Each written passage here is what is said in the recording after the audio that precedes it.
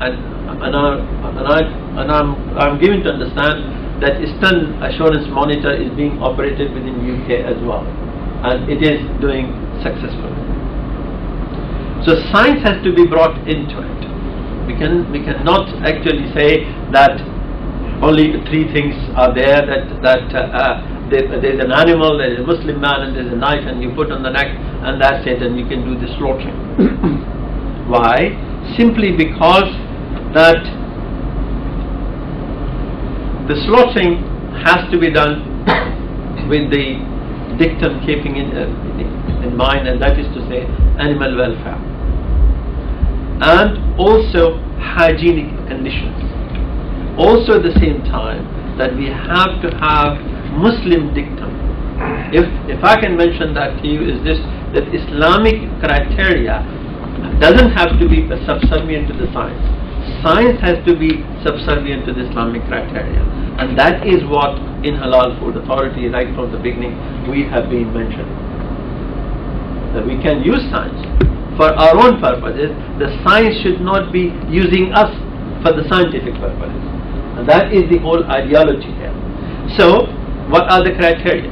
The criteria is this, that maitata, animals should not be dead at the time of slaughter. All the flowing blood, which is called damman masfuh, has to be drained out of the carcass, and a Muslim has to do the rendition of shahada. The fourth thing is this, that I shall not eat pork.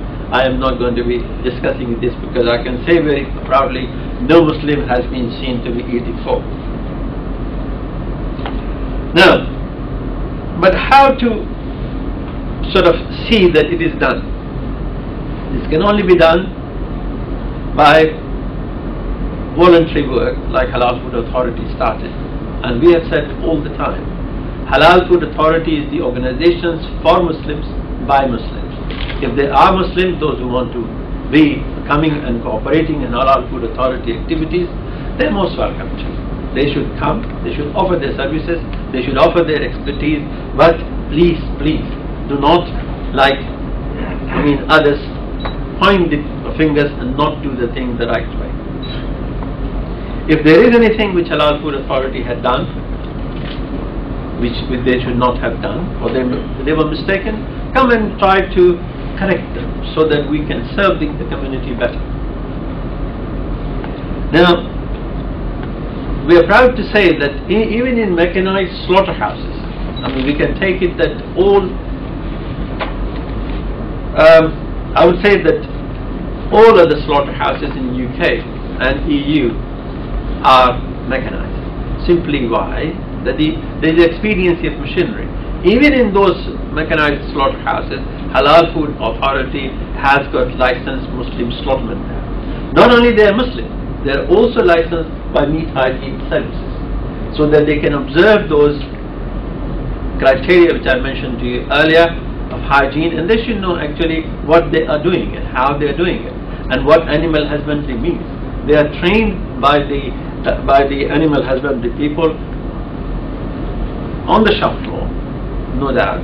But can you imagine that in the modern time, when everything else is being done electronically, there is a Muslim slaughterman at the slaughtering station?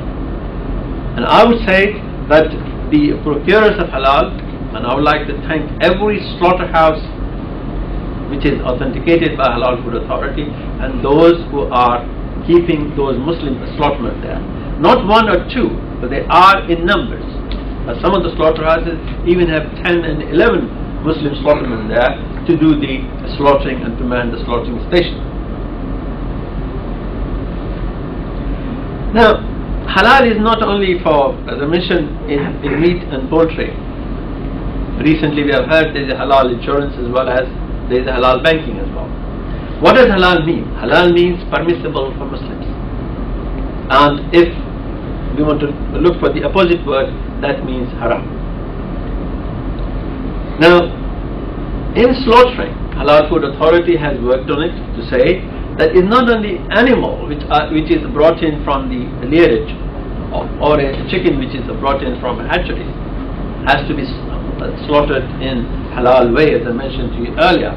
What about the animal feed? That had to be right as well, because mostly we knew that they were being given hormones, they were being given all kinds of animal feed, and we have had the knowledge of this to say that in BSC and all that, which all come in the beef labeling things, that we have had problems. The regurgitating animals were actually given things which they should not have been given. Quran is very clear. Islam is very clear on that. It says on there that I shall not give anything on these regurgitating animals which they cannot actually chew properly. They cannot digest properly. Waru anamakum. That is the verse in there as far as the feed is concerned. Animal welfare was much more important there as well.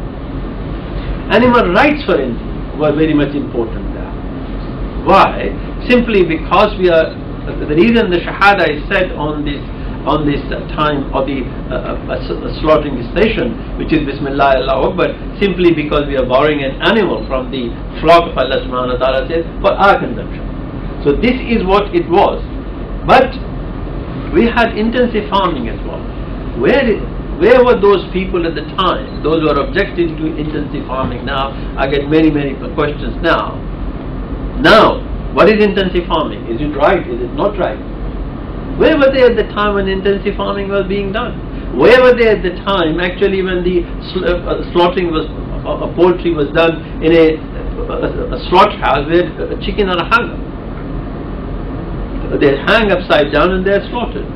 Alright, they're slaughtered by a Muslim there, but these are all being done. If you see the EU regulation, they're all being done under the welfare of animal. We do not harm the animal. So that goes to show not only Muslims are looking for animal welfare, the non-Muslims are looking for animal welfare as well. EU regulations are full of these things where animal welfare hygiene comes first. This is what we are trying to adopt in Halal Food Authority as well. Not only the slaughtering methodology has to be right, but everything should be done according to the law of EU for hygiene and animal welfare and food safety. And that's what halal actually means: wholesome, pure and fit for human consumption. If that meat is not fit for consumption, that food is not fit for consumption, that is not halal. So this is how we have to take it. So from the intensive farming, we want to see that everything which comes out of that, and 2 days ago somebody asked me a question, and that was to say that, I mean, in that fish farming, what is the fish feed they're given? And I said, the fish farming actually is, I mean, a friend of my friend said, that was the question, that fish are given pig blood. What kind of question is that? Who is been spreading these kind of rumors? Why? Sometimes it does happen. The question which comes up to say, I've heard from someone that is what is happening.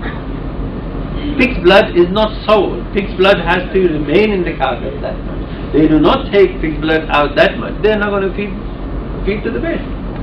So we know that the feed of animal, not only chicken or sheep or lamb or cattle and the fish, has been sorted out by EU. There are reams and reams of regulations for these. So what we have to understand is this, that we should not spread rumors at all. The question comes directly, what is the fish feed? What is the feed for chicken? Instead of saying that this has this in it, it is not. Because some people are trying to say, just like we had the question, Coca-Cola has got pig element in it. Why would it have pig element in it? Why? Is there a reason for it? No. So somebody is spreading the rumors there. So I think people should stop saying that, simply because things are not the way they perceive to be or they presume to be. Things are being put right by the regulations, by the work of Halal Food Authority and similar organizations internationally. So what we have to see in halal meat and poultry, we have